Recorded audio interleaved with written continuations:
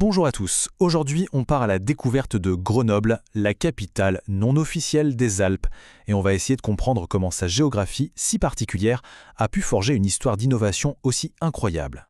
Pour bien commencer, il faut absolument partir de cette phrase. Elle est de l'écrivain Stendhal, qui est né ici. Il disait « Au bout de chaque rue, une montagne ». Et franchement, ça résume tout. C'est le point de départ de toute l'histoire de la ville. Voilà notre première partie, une ville définie par les montagnes. Parce que pour saisir l'âme de Grenoble, il faut d'abord, mais vraiment d'abord, comprendre le paysage qui l'enserre, qui l'a contraint, et finalement, qui l'a défini. Et c'est là qu'on tombe sur un paradoxe assez fascinant. Grenoble est l'une des villes les plus plates de France. Oui, plate. Elle est posée sur le lit d'un ancien lac glaciaire. Et pourtant, en même temps, elle est complètement verrouillée, encerclée par les Alpes. 3 massifs montagneux immenses qui la dominent. C'est plat, mais c'est une cuvette au milieu des géants. Cette forme de cuvette, elle n'est pas là par hasard. Elle a été creusée par 2 rivières, 2 forces de la nature, l'Isère et le Drac. Et il faut bien imaginer que pendant des siècles, ces 2 cours d'eau étaient totalement sauvages, provoquant des inondations dévastatrices. D'ailleurs, les habitants leur ont donné des surnoms qui en disent long, le serpent et le dragon. On imagine bien le combat. Face à ces monstres d'eau, les Grenoblois n'ont jamais vraiment eu le choix. Pour survivre, il a fallu devenir ingénieux. Il a fallu innover. Et c'est justement ça qui nous amène à notre deuxième partie. Comment est-ce que ce combat incessant pour dompter l'eau est devenu le moteur de la première grande révolution de Grenoble?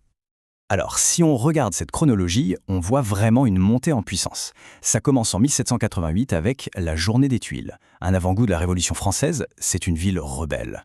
Puis, au début du 19e siècle, on passe à l'action concrète. On endigue, on canalise les rivières. Et là, fin du 19e, c'est le déclic. La découverte de la houille blanche, l'hydroélectricité. En 1925, l'affaire est tendue. Grenoble expose sa nouvelle identité au monde entier. La houille blanche, c'est un nom absolument génial, non? Il a été inventé par un industriel, Aristide Bergès, pour parler de l'hydroélectricité. C'était littéralement le nouveau charbon, mais un charbon propre, sans la fumée. Et c'est là qu'est le tour de force. Grenoble a transformé son pire cauchemar, ses rivières indomptables, en son plus grand atout industriel. Mais cet esprit de transformation, il ne s'arrête pas là, bien au contraire. Au XXe siècle, il va être décuplé par un seul événement, un événement qui va complètement réinventer la ville pour l'ère moderne. L'année, c'est 1968, et à ce moment-là, tous les regards du monde entier sont braqués sur Grenoble. La raison? Les 10e Jeux Olympiques d'hiver. Mais attention, il ne s'agissait pas que de sport, loin de là. Les Jeux Olympiques, en réalité, c'était le prétexte parfait, l'accélérateur idéal pour une modernisation totale de la ville. On parle de nouvelles routes, de nouveaux bâtiments, d'une nouvelle renommée internationale. Grenoble changeait de dimension. Et tout cet élan créé par les Jeux a servi de rampe de lancement pour la nouvelle identité de Grenoble, celle d'un pôle mondial de sciences et de technologie. Bienvenue dans la Silicon Valley version alpine. En fait, la transition est assez logique. De la puissance de la houille blanche, on est passé à la puissance des puces de silicium. La ville a simplement capitalisé sur son ADN d'ingénierie pour devenir ce grand pôle de recherche européen. Et quand on dit un grand pôle, ce ne sont pas des paroles en l'air. Il suffit de regarder les secteurs, micro- et nanotechnologie, numérique, biotech, nouvelles énergies. C'est du très haut niveau, et ça attire des talents et des investissements du monde entier. Et pour mettre un chiffre là-dessus, 25 000. C'est le nombre de chercheurs, dans le public comme dans le privé, qui travaillent aujourd'hui dans l'agglomération grenobloise. Pour situer, c'est tout simplement le 2e pôle de recherche de France, juste derrière Paris. Bon, la technologie, la recherche, c'est une chose. Mais comment tout ça, cette géographie unique et cette innovation constante, comment ça se traduit dans la vie de tous les jours pour les Grenoblois? Au fond, la question est là. Ça fait quoi de vivre dans une ville parfaitement plate, mais où il suffit de lever la tête pour se sentir tout petit face aux montagnes? Cette dualité a vraiment façonné une culture, un mode de vie unique. Alors, un des effets les plus évidents, c'est que Grenoble est devenu un paradis pour les cyclistes. C'est logique, c'est plat.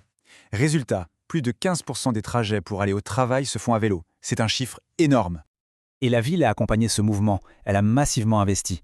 On parle de plus de 450 km de pistes cyclables, avec même un réseau d'autoroutes à vélo, les chronovélos, qui traversent toute la métropole. Et est-ce que ça marche? La réponse est un grand oui. En une seule décennie, l'usage du vélo a bondi de 64%. C'est la preuve que quand on offre les bonnes infrastructures, les habitudes changent. Cet engagement pour la mobilité verte et un urbanisme plus durable a d'ailleurs été reconnu au plus haut niveau. En 2022, Grenoble a reçu ce titre très prestigieux de capitale verte de l'Europe. Donc si on prend un peu de recul, l'histoire de Grenoble, c'est un cycle d'innovation qui se nourrit de lui-même. Tout part d'une contrainte géographique, ça force à maîtriser l'environnement. Cette maîtrise, elle lance une révolution industrielle, qui elle-même permet une réinvention en pôle technologique. Et le tout aboutit à un modèle de vie plus écologique. La boucle est bouclée. Au final, l'histoire de Grenoble nous laisse avec une question assez puissante. Qu'est-ce que les autres villes peuvent apprendre à un endroit qui a réussi à transformer sa plus grande faiblesse, sa plus grande contrainte, en sa plus grande force? C'est une question qui laisse à réfléchir.